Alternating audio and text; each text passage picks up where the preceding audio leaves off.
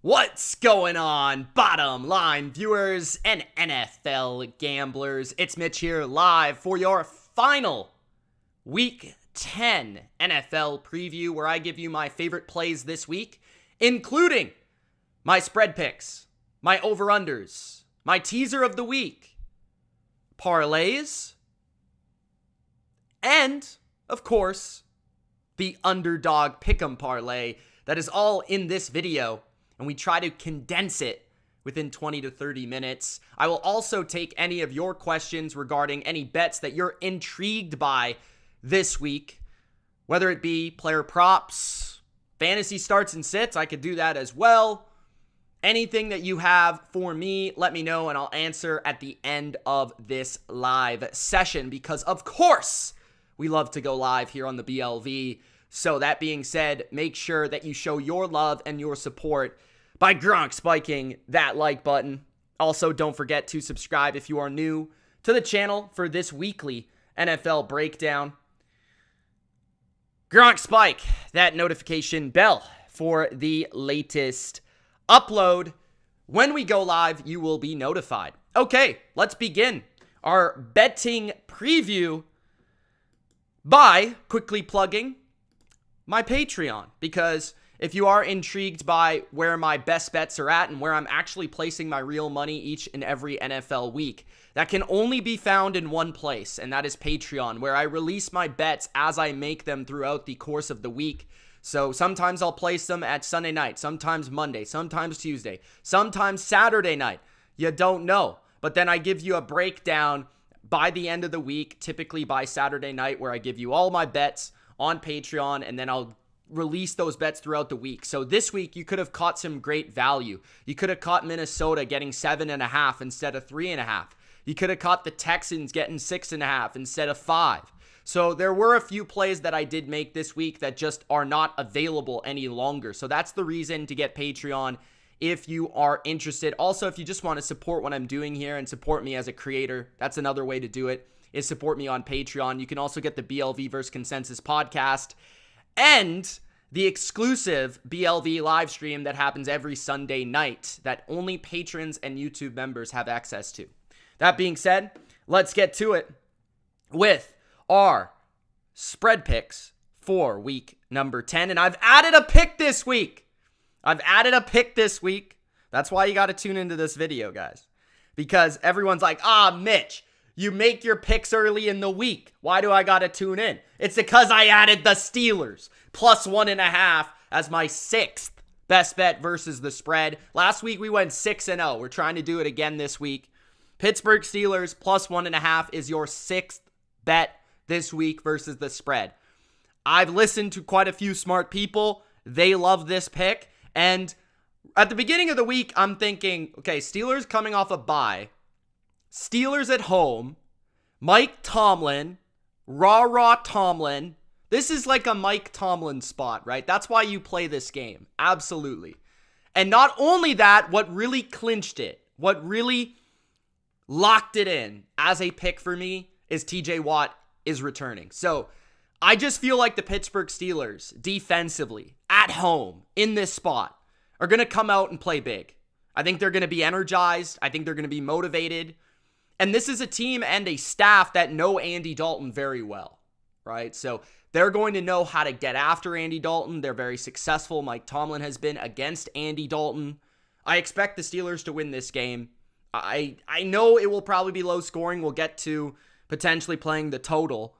But I like the Steelers in this spot at home in this ugly football contest. So give me Pittsburgh as that added pick. Now, the rest of the picks for the week are the same. Of course, I don't change my mind. We've got Jacksonville plus 9.5. This one's becoming one of my favorites this week. I just don't love the Chiefs trying to cover big spreads because I don't trust their defense. I don't trust their defense early in games. I don't trust their defense to stop Travis Etienne.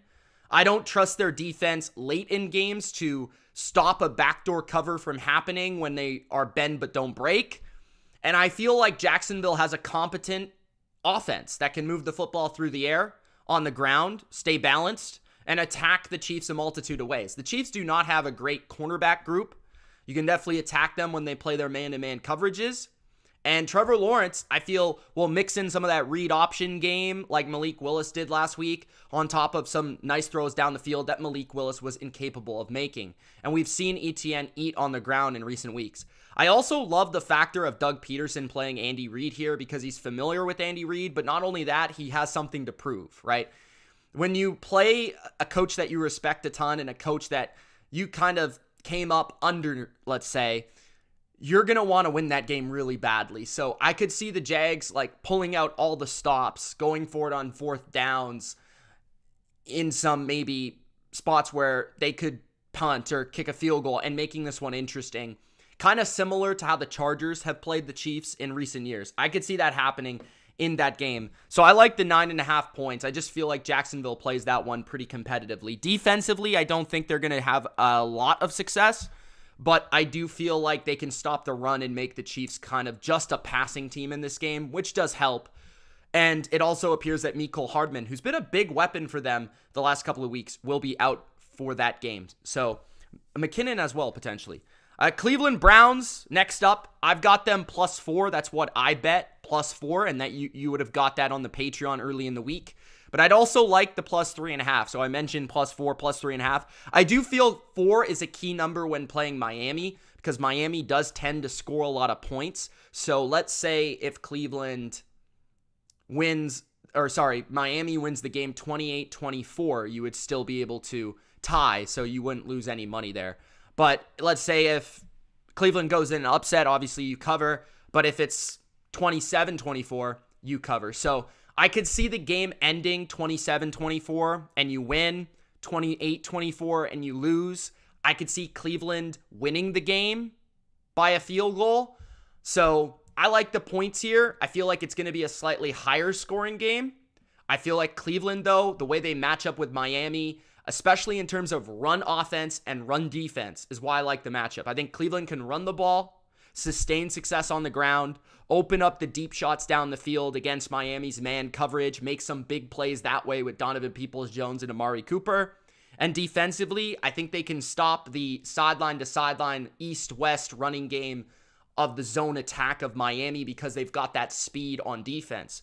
So I'm a little bit concerned about Tyreek Hill, as every defense is, but I feel like they can slow down and make Tua that one-dimensional player. Then we've got the Chicago Bears -2.5.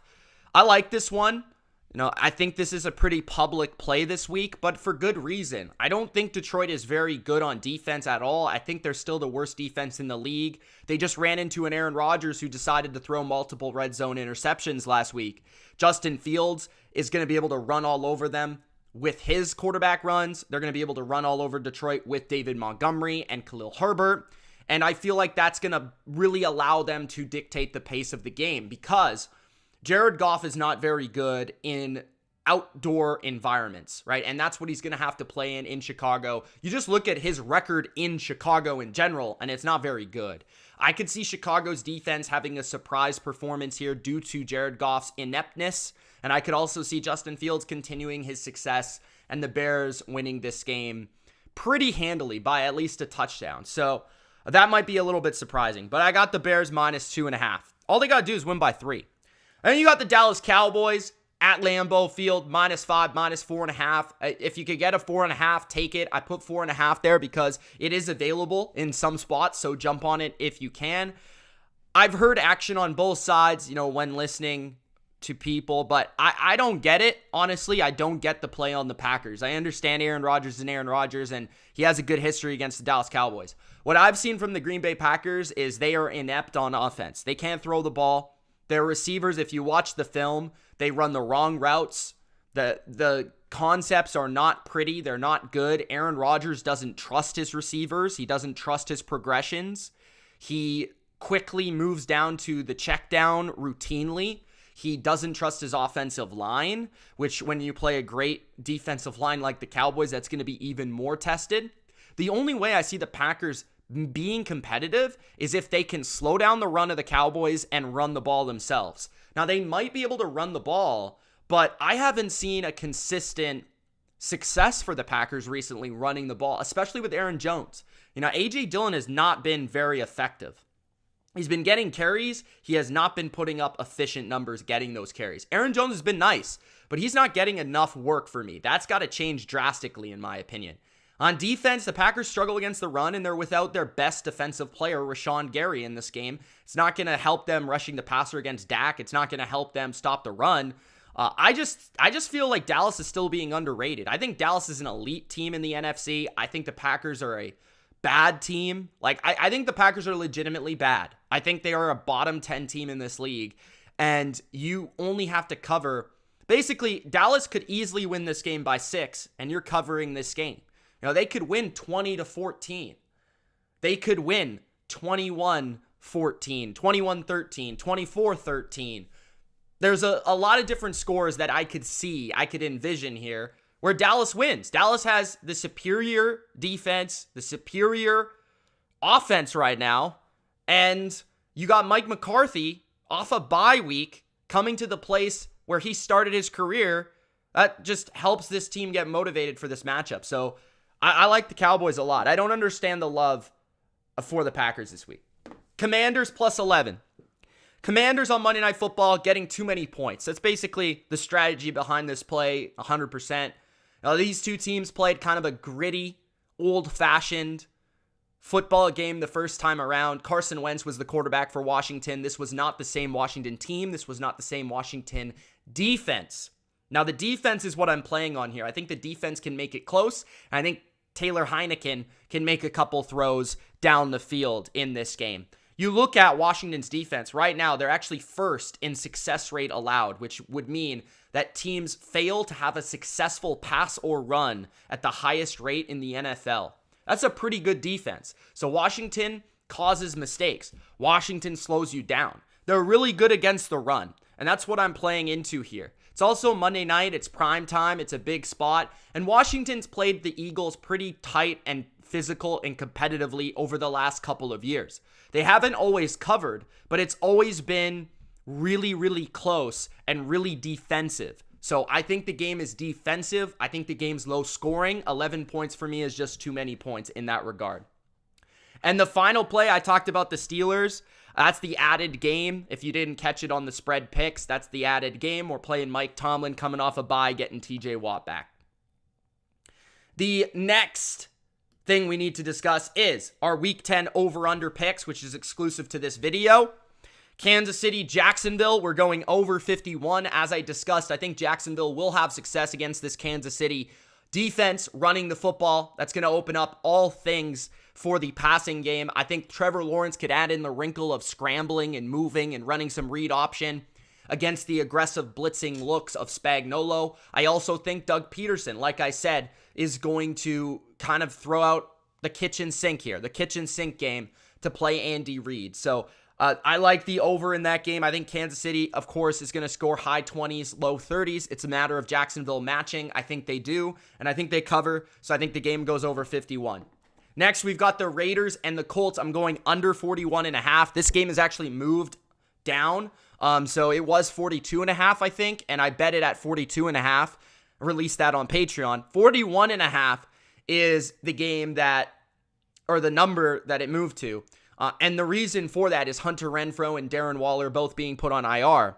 I think the Colts defense is really, really good. I saw it up close and personal watching my Patriots, streaming that game, doing play-by-play. Really impressed with the Colts defense, especially up front.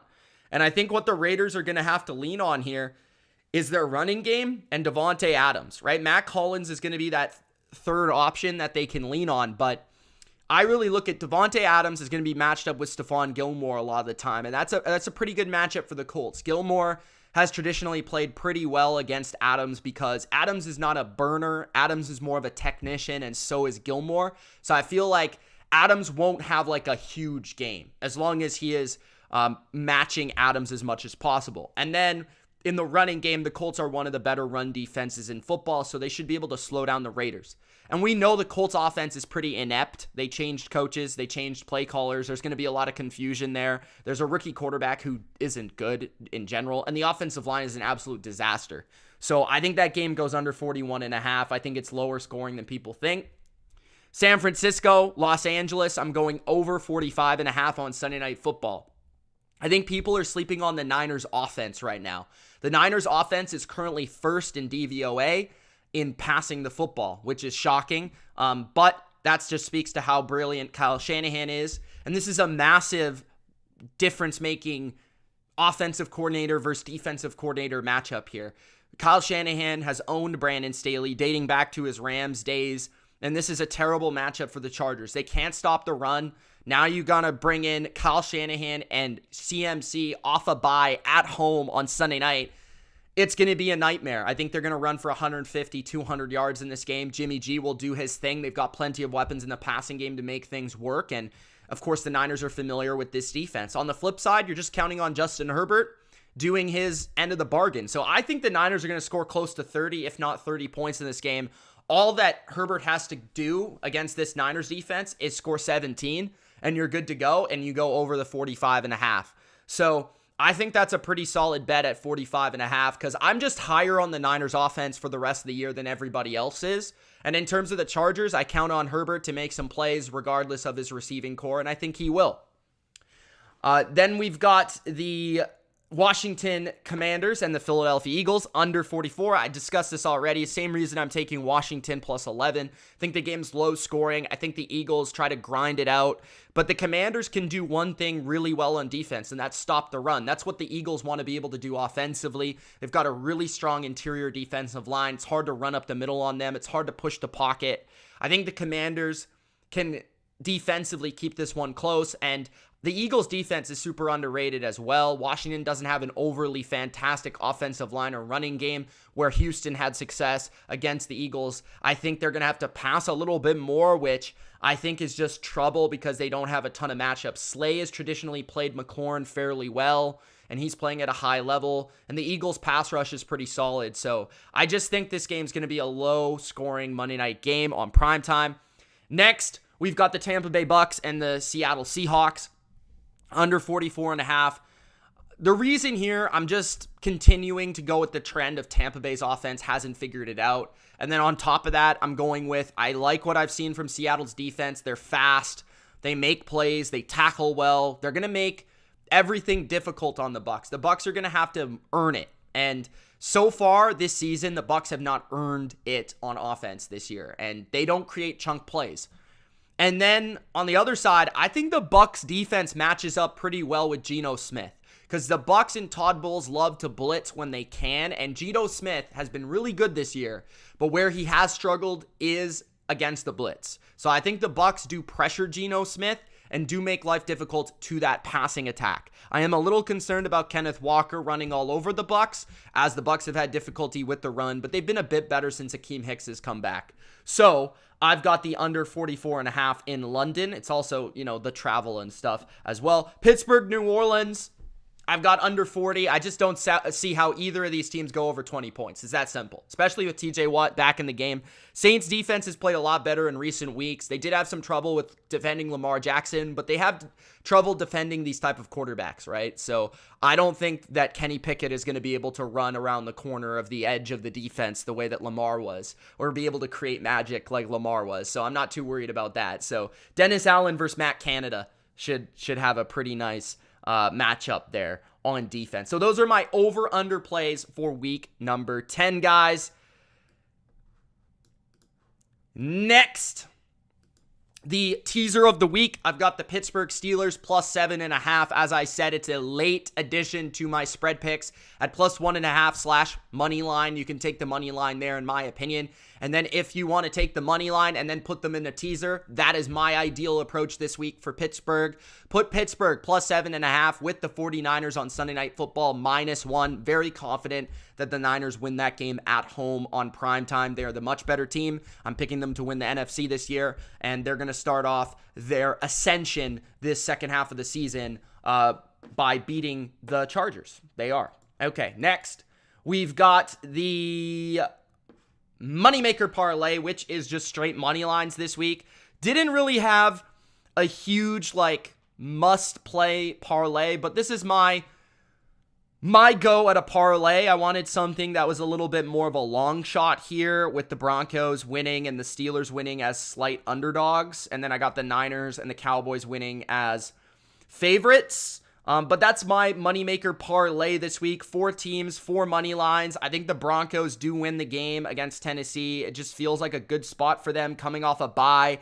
The Titans, not sure about the quarterback situation, the health of Tannehill. On top of that, Jeffrey Simmons could miss this game.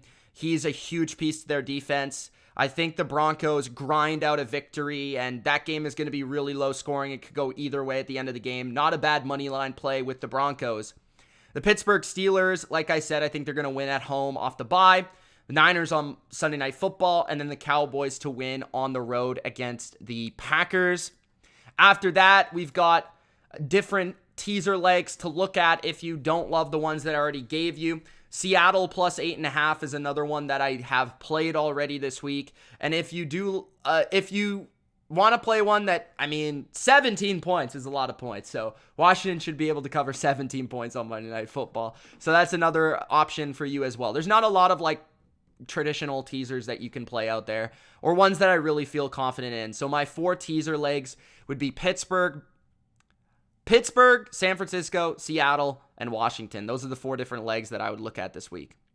And then last but certainly not least, we have the Underdog Fantasy Pick'em Parlay. Use the promo code BLV if it's your first time depositing, and they will match $100. So deposit $100 when you sign up. They will match up to $100. $100 for free, essentially. And use that promo code BLV. Here is a 5-pick Pick'em Parlay. I insured this one, so which means I have to get 4 out of 5 to win money. I posted the link at the top of the pinned live comment section if you want to check that out and take my picks to use this week. I'll also put it in the comment section below for you guys to check out.